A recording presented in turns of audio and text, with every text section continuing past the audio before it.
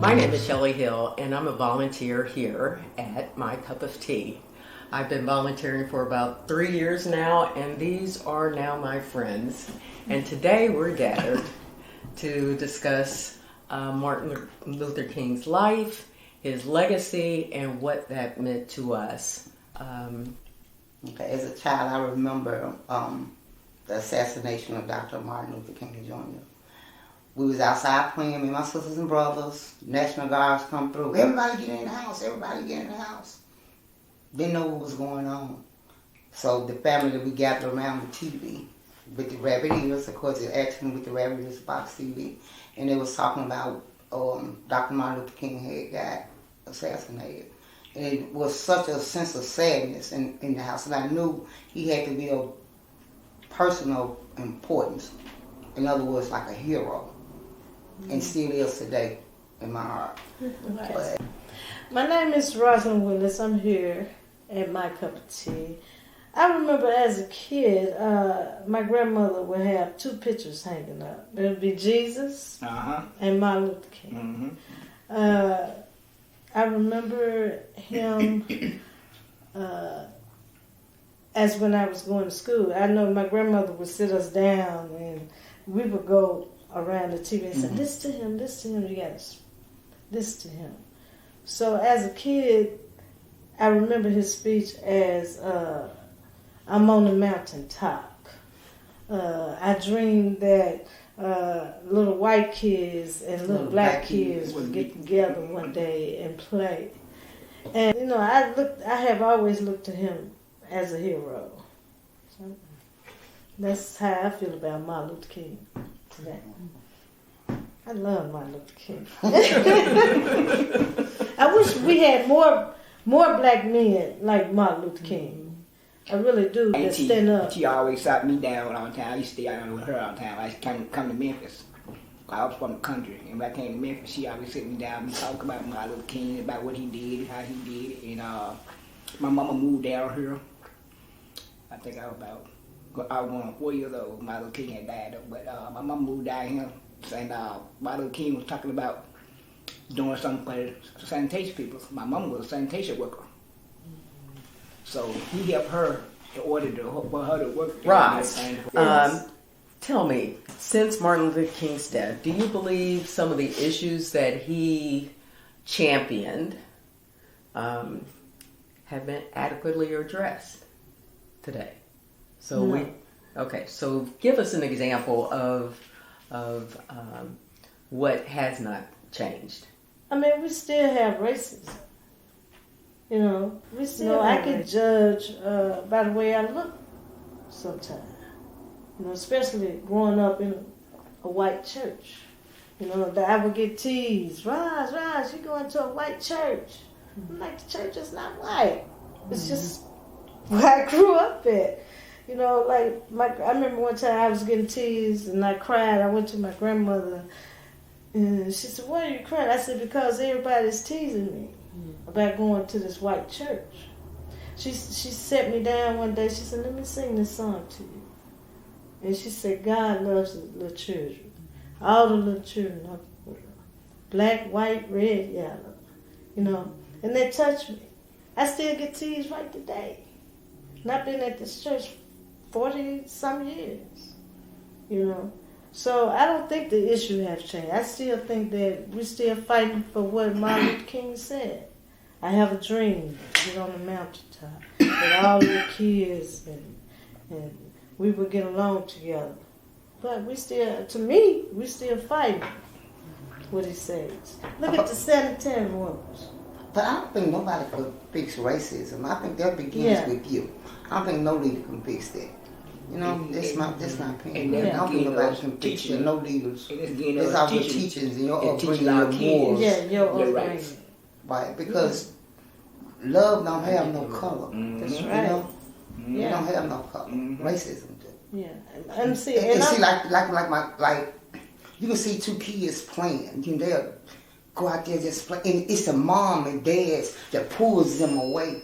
But they don't see that. You know, we install that in them. as parents, some parents, I said I didn't, but I'm just saying. I know. I think that problem, nobody could fix it but yourself. You can fix it. You can make it a better place. Then again, they got to want to change themselves. You can't make nobody change.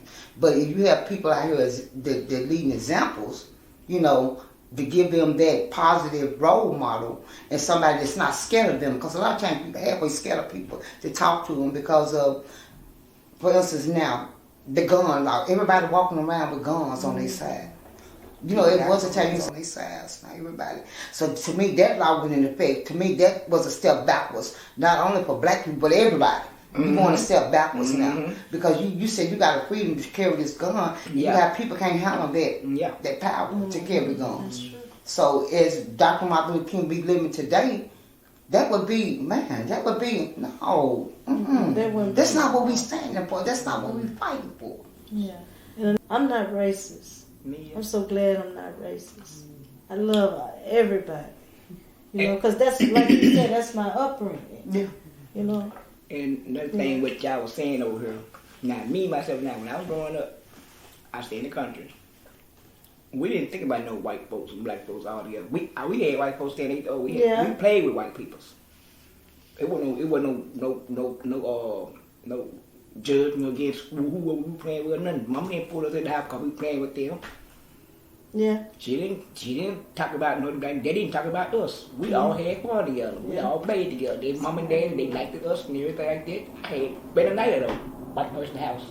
But we were segregated in the schools, though. See, so they taught us that whoever it was, the government, whoever, they taught us to separate from each other as far as color. Because I remember getting busted. We stayed in South Memphis. Yeah. No, that was North Memphis. And when we got busted to Westside High School, I was scared to death. I was afraid, you know, because in our neighborhood, everybody was all black in our neighborhood. We didn't have a lot of white, well, we didn't have no white people now. But we were segregated as far as learning. You know what I'm saying? I know. It was segregation there. I know how you feel, but that's how I felt when I got to White Station Junior High. I went to Ridgeway. You know, then I went to Richland. You know, we were going to white kids' schools. So who made that rule? Who made that law to segregate people according to their colors? Who made that? So do you think we were better because we went to integrated schools? I say we are. Okay. We're teaching our kids to do right and do better. Yeah.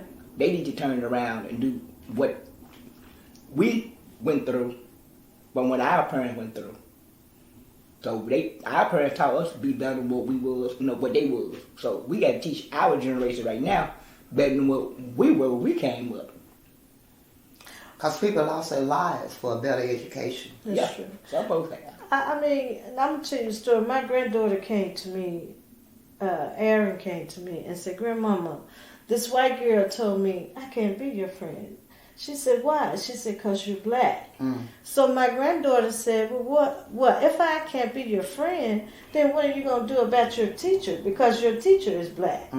You need to go and tell your mom and dad to move you out of that class and put you in a white teacher class."